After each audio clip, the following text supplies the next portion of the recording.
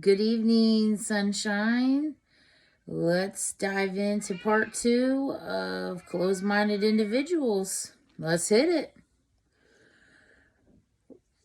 Number 1 sign is their mindset is programmed and scripted information. Like I said, just straight facts from the box or printed numbers that the media and the so-called experts print out.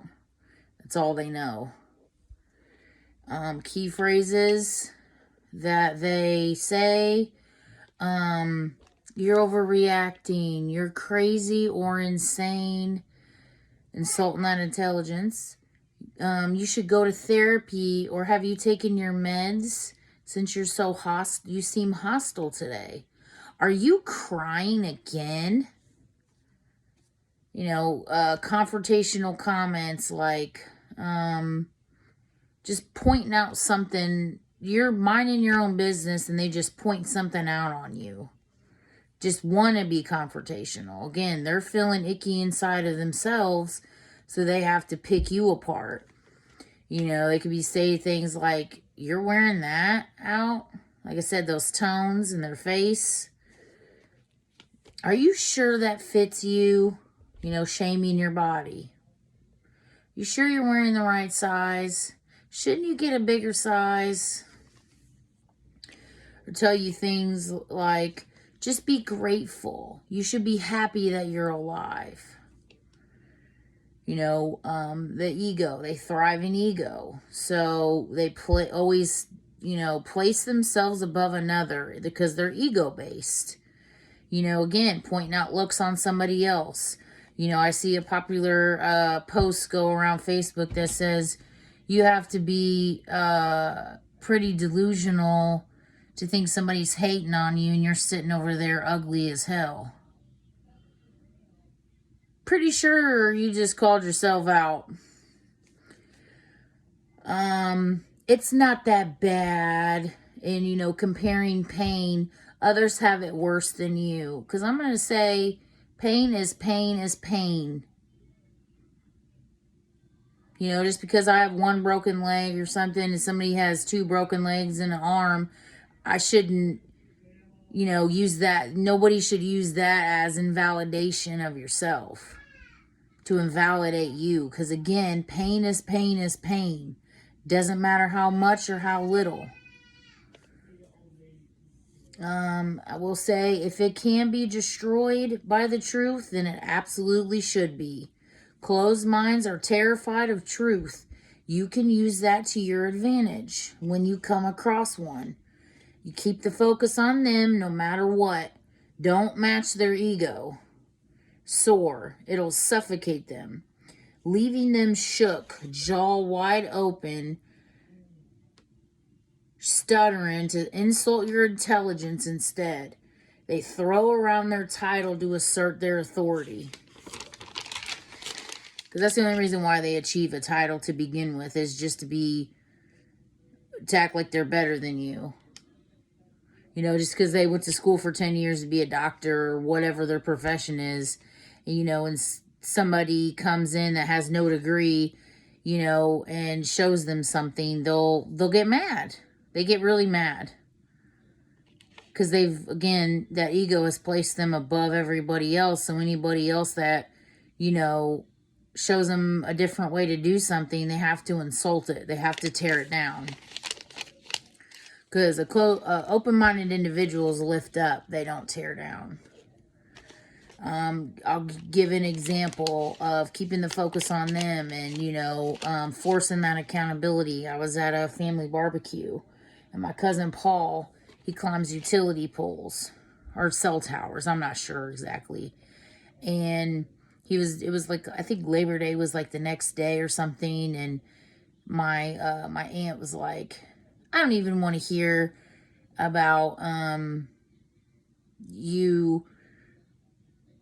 I can't remember exactly how the conversation started, but basically she was mad at him because he gets paid more than she does. And he didn't go to school. She did. He was basically telling her, It's not my fault you chose your profession and I chose mine. Don't make me, lower myself because you chose your profession. Not only did you choose to be a nurse, you chose the company that's going to have you work on your day off. And I get to enjoy mine. Like somebody who just can't be happy for you, even though, they aren't getting something. Anybody who can't share your joy is a toxic or a closed-minded individual. Give you another example. I was working at a hotel for like 5 years. And at one point, I was supposed to be training to be a front desk manager, even though everybody else, I know they were hating on me, because everybody else that came through there, they would have trained them as a assistant GM. Mind you, I trained our general manager. Okay? Let's just put that out there. And as soon as I was going to be her assistant, first it was assistant, then became front desk manager. And just to keep me low, because that's what they do to people who work hard. They want to keep you as low as they can so they can promote the ones that are less competent, so they can that just seems to be how corporate is. Not even trying to be funny, even though it sounds like I am, but that's just seems like it is. Because as soon as she started training me in the office, she started taking days off all the time, just not really being there. And this one particular, we were kind of short-staffed on the front desk, so I was doing both. Go figure. I was doing everything there. But anyway, this one particular one, she would always come in late. And I'm not talking about all, here and there. I'm talking every time. It was 30 minutes to 45 minutes to an hour. I had my daughter back then, single parent.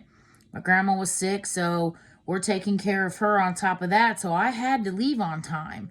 Because not only to relieve my mom from watching my daughter or something, just to be there for my grandma in hard times, because that's the type of person I am. I don't turn away when there's a problem. I go to it. So they knew all of this. Not even caring my concern. I try to talk to her about it, the girl. She comes in, she would come in loaded off pills. I actually found some pills she left on the desk. They did not even care. And it's like, okay. So she just kept doing it. Every day. So I kept trying to fix it. And they're like, you need to fix it. Okay, well, I have addressed it with her and she still doesn't care. This one particular day, I had to, really needed to leave at 3. And I texted her at like 2:15 just to tell her, hey, what was going on with me. And she was like, yeah, I'll be there. 3:30 rolls around and she's like, oh, I just got in an accident or something. She came up with some BS story and I had it from there. I went off on her when she finally showed up. I sure did. I called her a pillhead and everything else. And I was like, I don't judge people for what they do outside of work, but when it starts affecting their work and affecting other people, then I have a huge problem. And I probably cussed her out. Who knows? And then I, took it upon myself to apologize to her, even though I really don't feel like I don't feel like she deserved one, because again, this is something that I've been ongoing and escalating, and I kept being nice. Sometimes people aren't going to hear you until you kind of raise up a little bit. And, I try to force that accountability into her, but of course, to them, I was wrong. She went crying to them, and, because they were, licking each other's, never mind. They were, brown. She was a brown noser. So, they came to me. They called me in as a meeting and told me that I have to apologize. And I basically told them, no, I already did. I'm pretty sure it was that day. I can't remember if it was that day, the next day, but I took it upon myself to do it anyway, even though, again, totally dismissing my situation that I've, my grandma's dying and all this stuff. I, really needed to leave. Did anybody go out of their way to make sure that I left on time? No, they didn't care, because I was a people pleaser and a pushover. So I told them, I'm not going to apologize. So, like 3 days later, I knew something was going to happen. They gave me till like the next week to apologize to her again. And I was like, no, I'm good. So she calls me in the office and she's like, you didn't apologize to Ashley. And I said, yeah, I know I didn't. And I'm not going to because I don't feel like I should. And, again, everybody else can have their needs met, but mine gets stomped over. And I was over it. And she was like, she immediately stripped me of my title because I didn't conform to her wishes and told me that I was just front desk now. You can hand me your key. So I'm sitting there eating my breakfast. Somebody had brought me a Hardee's breakfast platter. I called her Mama Amanda because she was always just mothering everybody. And I was sitting there eating my breakfast, listening to her talk, her little speech. And I took my key and I flung it at her. I said, there's your little funky ass key. And she was like, that's what she's like, you're just front desk now. And then he proceeds to just switch up and give me my task for the day. And I told her, I honestly didn't even say a word. I just took my breakfast, turned right around, grabbed my stuff and walked out and clocked out. Everybody, I was like, I'm good. They ended up coming back later and kissing my butt because she totally crashed the hotel, and they came running back to me, begging me to save it. I did, like a fool. But anyway, just stuff like that, like constantly insulting you unless, they're as long as you're doing what they want you to do, they're nice as can be. The second you don't conform, they will strip you of everything. I just want to give you some examples to use if you encounter a closed-minded individual. You can say things like, don't get mad at me because I wasn't scared to follow my passion to accomplish what I really want in life while you settled and conform to what you're told to do. You can call me crazy and insane since I've shed cultural conditions. That's a good one. You can't be upset with me for breaking away from limitations. They tend to see a diagnosis as a limitation. Again, tearing it down. When I see a diagnosis, to me, a lot of your other senses are heightened. So it's not really a limitation. It's just another perspective. Anyone who highlights fear, limits instead of you can and you will, is a closed-minded individual. Discuss tones. Like I sit there talking to you and they'll just say like, that different tones, like, what would you possibly have to offer? Just, like I said, little condescending tones like, or you always leave your stuff here. Can't you just pick it up for once? Little stuff like that. It's like, you could have said, hey, I see you keep leaving your stuff right here. Do you mind just, or again, people aren't going to operate 100% of the time at 100%. They're going to have rough days just like you do. If they can't treat you with grace, remove them. Oh, here's some more things I thought of later as I was writing. It's a joke. Relax. You're so sensitive. Just let it go. How long ago was that? And if people say stuff like that to you, a great response would be, life isn't a straight line. You'll come back to things to realize a deeper truth time and time again. Once you stop agreeing to what doesn't sit right with my spirit.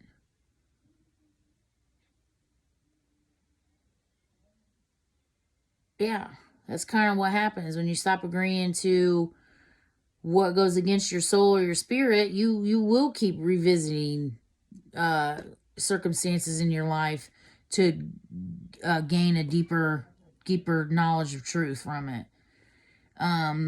They can't stand when you do anything outside of what's already been established for us. It rattles them. And your soul will reject what doesn't sit right with you. Warnings come in multiple forms. The key is to pay attention to how you feel and what emotions rise to your surface when dealing with them. Even if it doesn't at the time, try to, each time you encounter somebody or your day, just try to, before you go to bed or randomly throughout the day, just replay stuff. Because you may not catch it the first time. It may take you a second. They can't acknowledge their pain, so they must invalidate or belittle yours to feel power. They are scared, excuse me. They are scared to admit how you handle yours alone. If they can't offer a safe place for your heart to curl up into, chances are your soul will reject their closed box filled of cold comments. If you aren't drawn to them for anything, you trust that feeling. Very serious. Accepting yourself as you are is difficult for them since it goes against everything they've been trained, educated, and culturally conditioned to reject. They have scripted thoughts. Another back to deflection. They state facts printed from people in power. Like the whole, like I was talking about police brutality. If somebody's talking about, a curtain situation where the police used excessive force and resulted in a death, and they're like, well, actually, there's, 2,500 white people killed from police brutality, and there's only 1,100 for, and just different things like that. It's like, you can't even look outside to realize, outside the box of what they print, that they can print anything. To me, unless I want to see the documentation myself before I believe it. Like, let me see how you guys come up with these numbers. Let me see. And let me see what's really going on. Not just, again, they will paint any picture to you to fit their narrative. People in power. And just a little tip to be present with anyone who hasn't done internal work. You maintain internal heights at all times. Examples. I understand I represent self-acceptance and that intimidates you. True intelligence is using information for mind expansion. I'm not insulting you. Why must that be your go-to? Can you add any value or just insults? I don't do that to you. Why are you doing it to me? I mean, there's, like I said, there's endless possibilities, and the main, sign that somebody is closed-minded or completely toxic is they can only see one possibility, one result.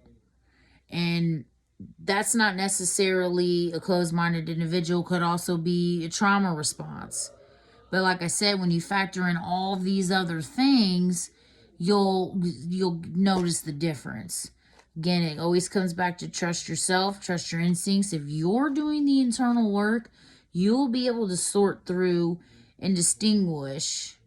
Again, if you're coming into contact with somebody and you just feel something's off, like, again, you'll feel truth.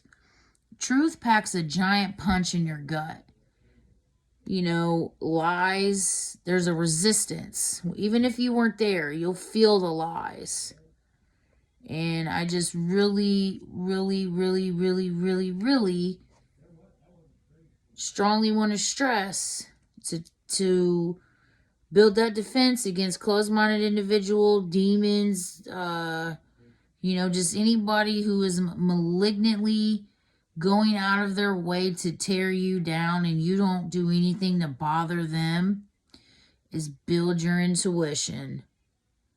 Because it'll just naturally, mentally block it out. So if you do encounter them and they do come at you, keep coming at you, you'll be able to stay high. Like I said, practice your low moments. Document your low moments. Try to replace them with something positive. Maybe that could be some homework. Is just doing that for a week. Because it does heal you emotionally. Like I said, it also helps to just have some of these thoughts and tactics in your mind to do. That way, if you do have a confrontation with somebody, you can pull those higher height thoughts. You'll be cool. It's it's a long process. You have to stay dedicated and all of that, but it will all come together. And that's all I've got for today. Hope you guys have a great rest of the day. I do want to share this little story real quick. I was at PT today. This older lady was talking on the phone about little things that are going on at her assisted living.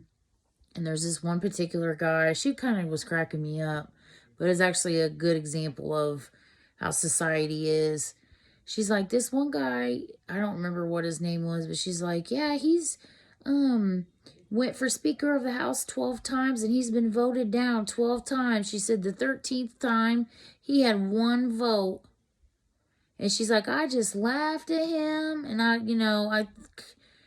like I said, it was innocent, but it's like, that's me. That guy that voted himself or went for Speaker of the House 12 times. That's me. That's how much I believe in myself and what I'm doing. Like, I don't care if I get 1 view. I'm not doing it for the views or anything. I'm doing it because this is what I believe in. And if you believe in yourself, you could get rejected 21 times, 30 times. You switch up the play.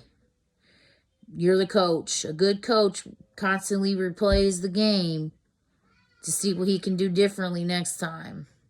It's in your hands. Again, there's a lot of obstacles in the way, but one thing that you always have, a 1-up, you'll actually have 20 ups from a closed-minded individual if you keep changing that approach. Self-reflection. All right, I'm out.